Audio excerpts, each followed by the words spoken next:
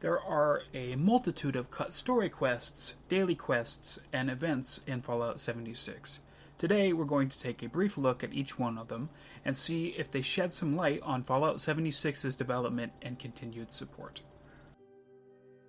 A minor incident is a quest that seems to have tasked the player with putting a fusion core into a drop site, then defending it from hostile attackers until a mine could be opened. Not much else is known about this quest. Distress at the Galleria is a quest that starts with a distress signal that says, "I don't know if anyone will hear this, but it's worth a shot. I need help. Cindy, the manager AI at the Galleria and someone I once called friend, has built a dismal set of doppelgangers to replace the former staff. I can't believe what she's done. It sickens me to my very core and cheapens the memories of the fallen. I've destroyed them more times than I could count, but inevitably she finds a way to rebuild them.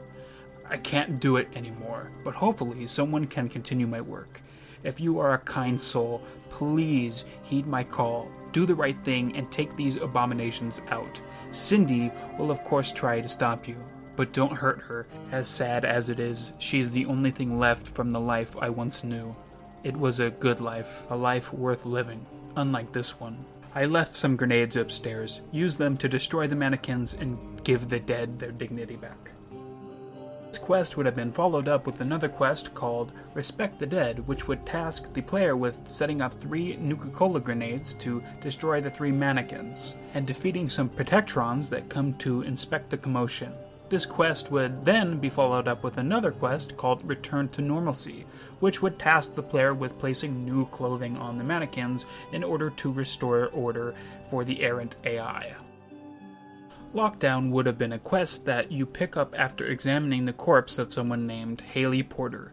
This quest would have tasked you with traveling to vaults 63, 94, and 96 in order to obtain key fragments and Overseer's keys in order to uncover some big secret in the Vault-Tec University's secret archives. One could only speculate what terrible truth warranted such levels of security, knowing what we do about the ethics of the Vault-Tec Corporation. The thought is troubling, to say the least. Magnum Opus was a quest that would be given by Vincent May Lilly, the artist RoboBrain in Watoga High School. He is in need of a discerning and capable sort. You would have been tasked with collecting art supplies, which included things like pencils and chems, random weapons, and even a mini-nuke. You would also be asked to identify his work and answer some questions about it.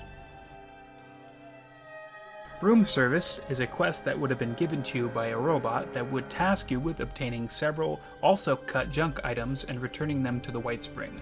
These items were fancy name brand variants of other items, like the Chez VV typewriter and the Huff Warbler fork. This quest would have allowed players to access Room 201. Feed the Habit was a quest that would have tasked the player with obtaining certain chems for Rose. Rose, being a robot, makes this request rather strange, and that may have been part of the reason that it was inevitably cut. Quite frankly, I'm glad it was. The less I have to interact with Rose, the better. Ground Zero was a quest that you would pick up at Fort Defiance after listening to a briefing related to an operation called Spyglass. Attention! Attention! You heard me! This ain't an ice cream social.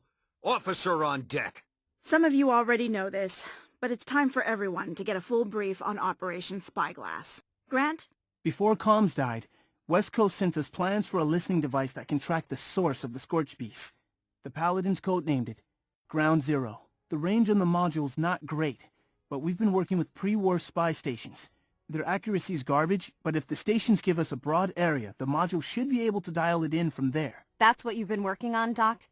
Knowing where the bastards are coming from will be a real big help when the Scorched are murdering us. Mind your tone and language, Evelyn. I know you've all been pushed hard, but you are knights and squires of the Brotherhood of Steel. Discipline is expected of you. Sorry, Paladin. Yes. As soon as the listening stations are online, it'll transmit a message to our emergency station, if it picks up the right frequency. If that happens on your watch, grab the scribe scanning module and mobilize. We don't know how long the station can track Ground Zero. The scanning module needs to triangulate. The module will walk you through it step by step. Just keep placing it at target coordinates until it gets a lock. There is, however, a snag. The module uses similar frequencies to the Scorched Beast's echolocation. And, well, they don't like it one bit. You gotta be shitting me. So we turn it on, and we're painting a target on our backs, right? And what then? Just sit there? No. We hold the line here. Week after week, month after month. And the more Scorched Beasts we kill, the more that keep coming. Elder Maxon didn't task us with holding Defiance. The job's to end them. For good. You all know what's at stake if the Scorched Beasts breach the perimeter in force and nest elsewhere. Spyglass is mission critical. And if the operation means painting a target on your back, you'll do it. And you'll like it. Dismissed. After listening to the briefing, you would then be tasked with building and deploying sensor modules to triangulate the location of Scorched Beasts. Old Flames was a quest that centered around using the ash forges in the ash heap to harvest materials out of the polluted sky, repeating the Hornwright Industrial Company's mistakes. You would unlock the quest by cracking a terminal in the company headquarters, learning how to start the forges, craft precursors, and harvest the raw materials. You would likely have then received an ash forge as a workshop item that would be able to harvest resources out of the polluted sky when you have a camp in the ash heap. Homebrew was a quest that tasked the player with distilling specialized moonshine using special ingredients. You would create a mash, then add it to special distillers, then you would start a generator and defend it from attacking creatures. Suicide Run was a quest that would have you put on a mole mascot suit and deactivate special mines while being chased by mole rats. Probably got cut because the little bastards won't stop teleporting all over the place. Whoever created that AI package needs to be tried for human rights abuse or something. St. Valentine's Day Massacre was a quest that would have started by reading a warning poster that would lead you to Valentine, a sentry bot, located near the Bailey family cabin. It would then task you with finding different animal hearts and romantic gifts. Returning these would reward the player with plans for a grenade called Expensive Perfume, a weapon called Pretty Floral Bouquet, and a recipe for Appalachia champagne. Rat Race was a quest given by Dr. Ladek, who asks the player to put on a motivational collar, complete a simple task, find some codes, enter them into a keypad, and complete the test. This would have then been followed by a quest called Doctor's Orders. Doctor's Orders was a quest that would have you restocking the testing supplies for Dr. Ladek. These included toxic water, a bone saw, and a blowtorch. Placing them in Dr. Ladek's bag would result in a small reward. Making the cut would have tasked the player with dealing with some of the other test subjects from other experiments. You craft a machete, kill the test subject after listening to some research notes. Hopefully, you never end up in that disposal room. Green Hills of Appalachia was a quest that would have you assemble the manuscript of an aspiring Mr. Handy author, Ernesto, and then submit his book for publication in the Mail.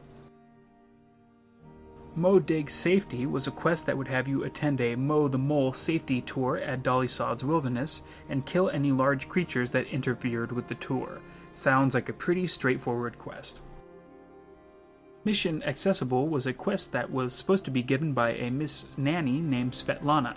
Svetlana was planned to oversee a secret training ground that permitted residents to become Soviet double agents. She would then have you run a training course, and then create a covert improvised weapon and destroy a robot target. You would then be a double agent for some reason. Having a Blast was a quest that would start upon coming across a strange intercom device. This would warn you that a bomb is about to go off. You would need to read the bomb defusal manual just in the nick of time. But don't worry, it was just a preparedness test. Operation Give That Back is a quest that would task you with retrieving a weapon or supplies that have been stolen by a Scorched Beast. Seeing as we don't see these giant bats engaging in kleptomania, it makes sense why this particular quest was cut.